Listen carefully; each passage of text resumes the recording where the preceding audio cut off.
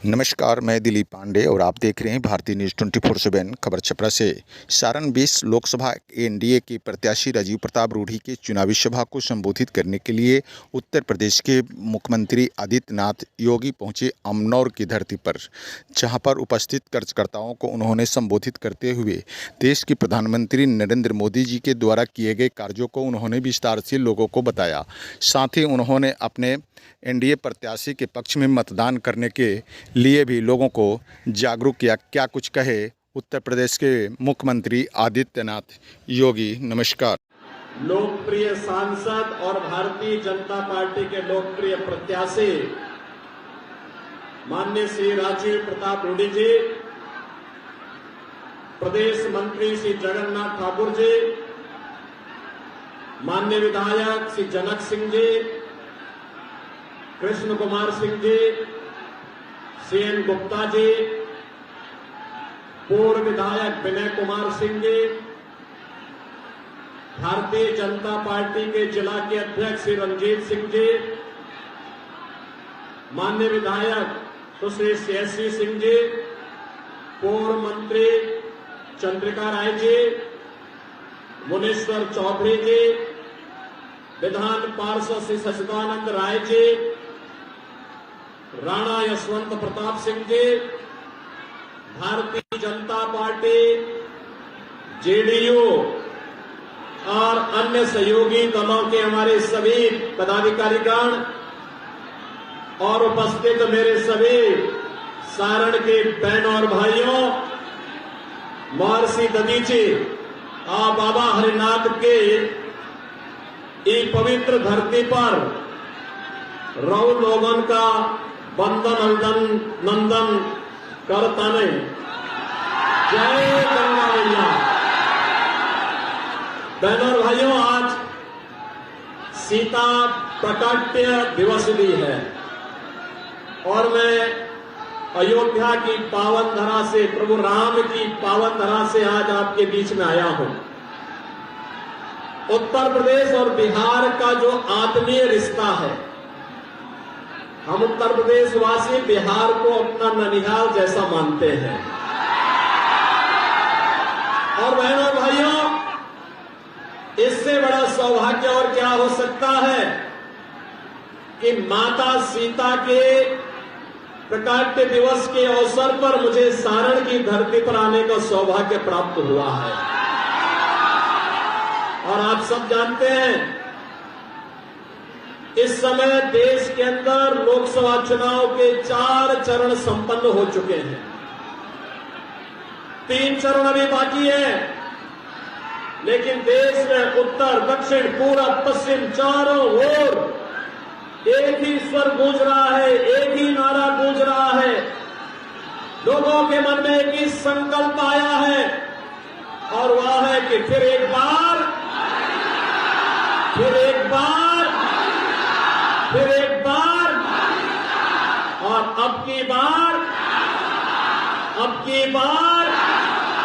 बहन और भाइयों, जब 400 पार की हम बात करते हैं तो विपक्ष के लोग कहते हैं एक कांग्रेस के नेतृत्व का जो इंडी गठबंधन है वह कहता है कि कैसे, तो जनता जनार्दन के मुंह से निकलता है कि जो राम को लाए हैं, जो राम को लाए हैं। क्या बिहार भी यही सोचता है ना? बिहार यही सोचता है ना? क्योंकि जब अयोध्या में रामलला के मंदिर का भव्य उद्घाटन हुआ, उससे पहले सबसे पहला उपहार अयोध्या धाम के लिए कहीं से आया था तो बिहार से आया था। बिहार की जनता जनार्दन की ओर से आया था,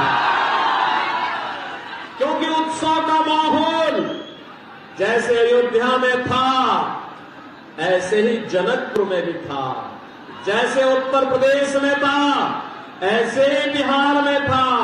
क्योंकि बिहार में तो और भी उत्सव था, क्योंकि मां जानकी का मायका जो बिहार में है। लेकिन बहनों और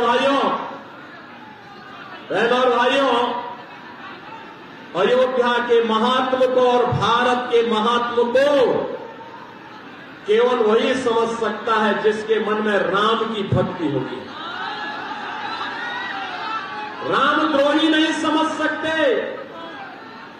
उनकी समझ में आएगा भी नहीं, क्योंकि उनके मन में तो एक ही भाव है, और वह है कि जैसे भी हो सत्ता प्राप्त करो, देश की कीमत पर सत्ता, जातियों को लड़ा करके सत्ता, आतंकवाद को पनपा करके सत्ता, नक्सलवाद को पनपा करके सत्ता, भ्रष्टाचार को बढ़ा करके सत्ता, अराजकता फैला करके सत्ता। और हमारे लिए तो राम सर्वोपरि है, राम की भक्ति है और राष्ट्र के प्रति अटूट समर्पण का भाव है। इन दोनों को अलग करके हम नहीं देख सकते, और इसीलिए पूरा देश आज के दिन पे कहता है कि जो राम को लाए हैं हम उनको लाएंगे। बहनों भाइयों,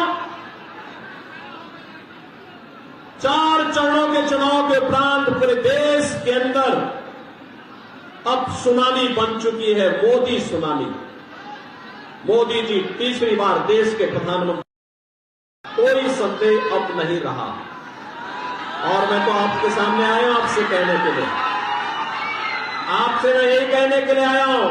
मैं पहले बिहार में औरंगाबाद गया, वहां से नवादा गया, फिर बेगूसराय आया, और आज मुझे छपरा में, सारण में आने का अवसर प्राप्त हुआ है। बहनों और भाइयों, उत्साह, क्या उमंग है, क्या उत्साह है। मैं देख करके दंग हूं। बिहार की बुद्धिमता ने देश और दुनिया को एक दिशा दी है। बिहार, यह भारत के पहले राष्ट्रपति डॉक्टर राजेंद्र प्रसाद जी की पावन जन्मभूमि है, और ये बिहार देश की आजादी के बाद देश के सबसे बड़े राजनीतिक आंदोलन, जिसने लोकतंत्र को बचाया था, सदैव जयप्रकाश जी की भी पावन धरा है। लेकिन बहनों और भाइयों, इस बिहार को कांग्रेस और आरजेडी के इस गठबंधन ने कहां पहुंचा दिया था। बिहार के लोगों के सामने, बिहार के नौजवानों के सामने पहचान का संकट खड़ा हो गया। हमें दुख होता है कि जो बिहार अपनी बुद्धि से, अपनी बुद्धिमता से देश को दिशा देने की सामर्थ्य रखता है, वह बिहार पहचान के लिए तरस रहा था। इन लोगों ने माफिया और अपराधियों को पनपा करके क्या स्थिति बिहार की कर दी थी। और बहनों और भाइयों, आज आप देख रहे होंगे यूपी में, यानी केंद्र में भी बीजेपी और यूपी में भी बीजेपी की सरकार आई, अयोध्या में रामलला का भी विराजमान हो गया। और आप देखते होंगे उत्तर प्रदेश में हमने माफियाओं को कहां पहुंचाने का काम किया। एक बड़े बड़े माफिया थे जो पहले सत्ता का संचालन करते थे, बड़े बड़े दंगे करवाते थे। रामनवमी में दंगा, होली में दंगा, दीपावली में दंगा, जन्माष्टमी में दंगा, शिवरात्रि में दंगा, जो भी पर्व है छठ पे दंगा। तो हम लोगों ने भी तय किया, मैंने कहा अगर मुझे मोदी जी ने यूपी की बागडोर सौंपी है तो इन दंगाइयों को रसातों को जरूर पहुंचाऊंगा। और बहनों और भाइयों, आज आप देखते होंगे अब यूपी में पिछले 7 वर्ष में एक भी दंगा नहीं हुआ, कोई दंगा नहीं, कोई कर्फ्यू नहीं, ये सब समाप्त, दंगा भी समाप्त, कर्फ्यू भी समाप्त, और वहां पर माफिया भी समाप्त। अब महोत्सव होते हैं, महोत्सव में, रंगोत्सव मथुरा में, देव दीपावली काशी में, और आपको अयोध्या में, काशी में, विंध्यवासिनी धाम में जाने का अवसर प्राप्त होता होगा। आज आप देखते होंगे जैसे अयोध्या वैसे लगती, जैसे त्रेता युग की अयोध्या साक्षात उतर आई हो। बहनों और भाइयों, कि कांग्रेस और आरजेडी बिहार को फिर से कहां पहुंचाना चाहती है, किसी से छुपा हुआ नहीं है। जब भारत आज डिजिटल युग में जा चुका है, ये बिहार को लालटेन युग में ले जा रहे हैं। क्या लालटेन युग में ले जाएंगे? क्या ले जाएंगे? क्या? और जो गिरिराज बाबू अभी कह रहे थे, लालू जी क्या कह रहे हैं? भगवान करे वो स्वस्थ रहे। लेकिन मुझे आश्चर्य होता है, वो कहते हैं कि पिछड़ों का सभी आरक्षण मुसलमानों को दे देना चाहिए। ये तो गाली दे रहे हैं जी, संविधान का मखौल उड़ा रहे हैं। बाबा साहब भीमराव अंबेडकर जिस संविधान के शिल्पी थे, जिस संविधान सभा के अध्यक्ष डॉक्टर राजेंद्र बाबू थे, उस संविधान की खिल्ली लालू जी जैसे लोग उड़ाने का काम कर रहे हैं। कहते हैं सभी आरक्षण। बाबा साहब भीमराव अंबेडकर ने कहा था भारत के संविधान सभा में कि धर्म के आधार पर कभी आरक्षण नहीं हो सकता, क्योंकि धर्म के आधार पर देश का विभाजन हुआ था। एक कांग्रेस और आरजेडी या धर्म के आधार पर आरक्षण की घोषणा करके देश के विभाजन के आधार रखना चाहते हैं। क्या आप इसको स्वीकार करेंगे? क्या? और दूसरी खतरनाक चाल इनके द्वारा क्या चली जा रही है? वह चली जा रही है, देखो, गरीबी तो कांग्रेस से लोग हटा नहीं पाए। कांग्रेस गरीबी हटा मॉडल देखना हो तो मोदी मॉडल देखो।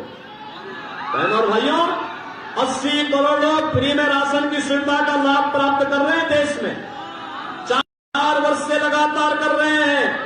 और कांग्रेस और आरजेडी के समय में गरीब भूख से मरता था, तवा के भाव में दम तोड़ता था। आज 80 करोड़ लोग फ्री में राशन, 60 करोड़ लोग आयुष्मान भारत की कार्ड की सुविधा, 12 करोड़ अन्नदाता किसानों को किसान सम्मान निधि, 12 करोड़ घरों में शौचालय का निर्माण, 10 करोड़ घरों में उज्ज्वला योजना का कनेक्शन और 4 करोड़ लोगों को प्रधानमंत्री आवास मिल गया है। और मोदी जी ने घोषणा की है 70 वर्ष से ऊपर के हर एक बुजुर्ग को प्रतिवर्ष 5 लाख रुपए की स्वास्थ्य की सुविधा उपलब्ध करवाएंगे, फ्री में उपलब्ध करवाएंगे। मोदी जी ने घोषणा की है कि अगले 5 वर्ष में बाकी बचे हुए सभी पात्र लोगों के लिए एक आवास उपलब्ध करवाएंगे। मोदी जी ने घोषणा की है कि हम आने वाले समय में फ्री बिजली उपलब्ध करवाने के लिए हर घर पे सोलर पैनल लगाएंगे और उस पैनल से आप बिजली से पैसा भी कमाएंगे और फ्री बिजली भी प्राप्त होगी। बहनों और भाइयों, जितनी पाकिस्तान की आबादी नहीं, यानी जितनी पाकिस्तान की आबादी है, उससे ज्यादा लोगों को भारत ने 10 वर्ष में गरीबी रेखा से उभार करके एक खुशहाल जीवन जीने की ओर अग्रसर किया है। ये जो पाकिस्तान का राग अलापने वाले लोग हैं ना, उन लोगों से बोलिए कि भाई अगर पाकिस्तान से इतनी ही इसने कारण पर कमल खिलाना है और इसके लिए रूडी जी को भारी बहुमत से विजयी बनाना है। सहमत हैं? सहमत हैं? सहमत हैं? बहनों और भाइयों, पूरा चुनाव तो अब राम भक्तों रामद्रोहियों के बीच में आ गया है। आ गया है ना? आ गया है ना? देखो क्या कहते हैं सब ये रामद्रोही, कहते हैं राम मंदिर बेकार बना है। कांग्रेस के एक बुद्धिदाता है, कहते हैं राम मंदिर भारत में बनना ही नहीं चाहिए था। तो हमने कहा कहां बनना चाहिए था? कहना था भारत में नहीं बनना चाहिए था। भाई हमने कहा बताओ तो राम मंदिर अयोध्या में भारत के अंदर नहीं बनता तो कहां बनता? कहता इससे भारत की इमेज खराब हुई है। वाह, हम अपने मुक्तिदाता का, अपने ईश्वर का, अपने इष्ट का मंदिर बनाए, उनकी जन्मभूमि पर बनाए। ये भी कांग्रेस के लोगों को बुरा लगता है, आरजेडी वालों को बुरा लगता है। बहनों और भाइयों, ये देश के लिए स्वयं समस्या है।